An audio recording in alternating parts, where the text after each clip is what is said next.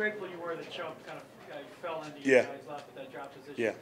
The idea of employing 4 outside linebackers, how fun is it, challenging, creative? How do you approach that as a D coordinator, the idea you might have 3 to 4 men on the field on multiple occasions? Well, it's a good problem to have. When you have that many guys that are really good pass rushers, it gives you the ability to just rotate the guys. It gives us the ability to create packages. You know, we have our NASCAR packages. We put all 4 of those guys on the field at the same time. So it's definitely a luxury. And with Chubb's flexibility, I mean, he's playing the outside linebacker position. We're playing some 4-3 stuff, playing him at the defensive end. So it's really been good so far. Sua was out today. Yeah. What do you see from him in camp?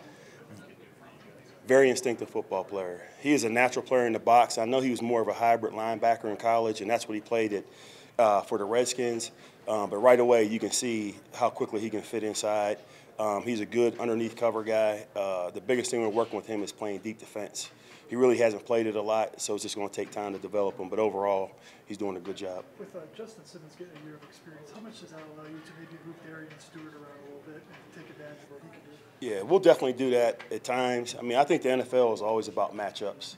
So whenever we need to move Justin down to cover a tight end or move Stu down in case you want to play the run, we definitely have the flexibility to do that with those guys while they're all on the field at the same time. So we'll definitely have that as part of our game plan moving forward. How much of a luxury is it with a guy like Stewart who can do both? It's good. He's played both for us. He's played the strong end free safety position. He's played the dime position. But really all those guys, Justin, Stu, Will, even with Sua now. Again, we're just starting with Sua. But we want to be able to move those guys around to create favorable matchups for us. Coach, you talk about all the different formations that you have in your arsenal. Do you think you'll be in base defense even less than you initially thought? No, that's not the case. It really just depends on what the opposing team gives us. But we'll have a couple different plans with our base package, and then in sub we also have a couple different plans based on if a team is running the ball or throwing the ball. So we have some flexibility there. Coach, you talked about keeping the lead back. You talked about leaving. Yeah. Losing some dogs. Right. Some dogs you guys I don't know what he's talking about. You know what I mean? I know Akeem. Akeem's Akeem. Man, I love the guy. He was great for me. He was great for the room. But it's just part of the NFL.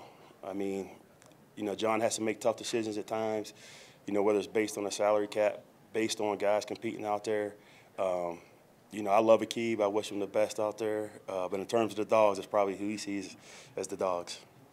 How has Roby stepped up and embraced the challenge of being a one? He's doing really well. He is a very talented player, but right now I see that there's more focus. His technique's cleaner. He's playing with better pad level.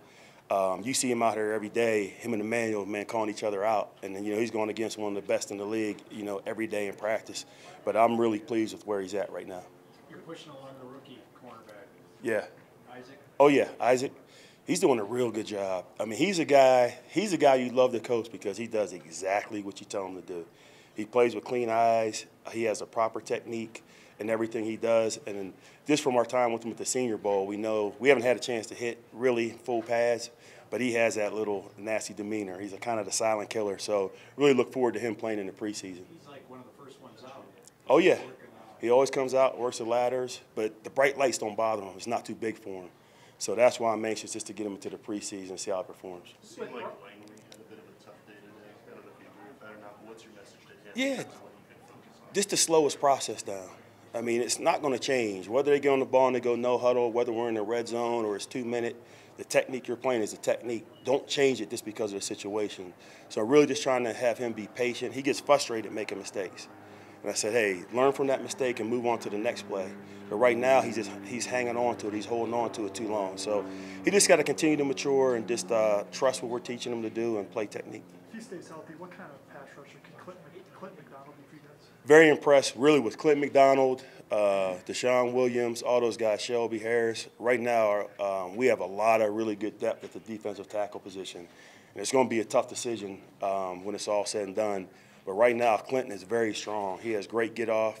He's getting excellent push inside. And even when we go with our stunts and some of the stuff we're doing in sub, he's shown he has the ability to rush the passer. So it's going to be a battle, man, but I'm glad we got him. I haven't asked this in a while, but are you thin in secondary with Brock out? I mean, do you feel like you're a little thin? Oh, yeah. We're playing with 6 guys, so they were rotating. We're playing a lot of dime today. So we're going 3 groups, and we have 6 guys. So A lot of guys had to take a lot of reps today, but that's part of training camp. Guys get banged up, but it's just, I tell the young guys, it's more reps for you, a chance for you to get better.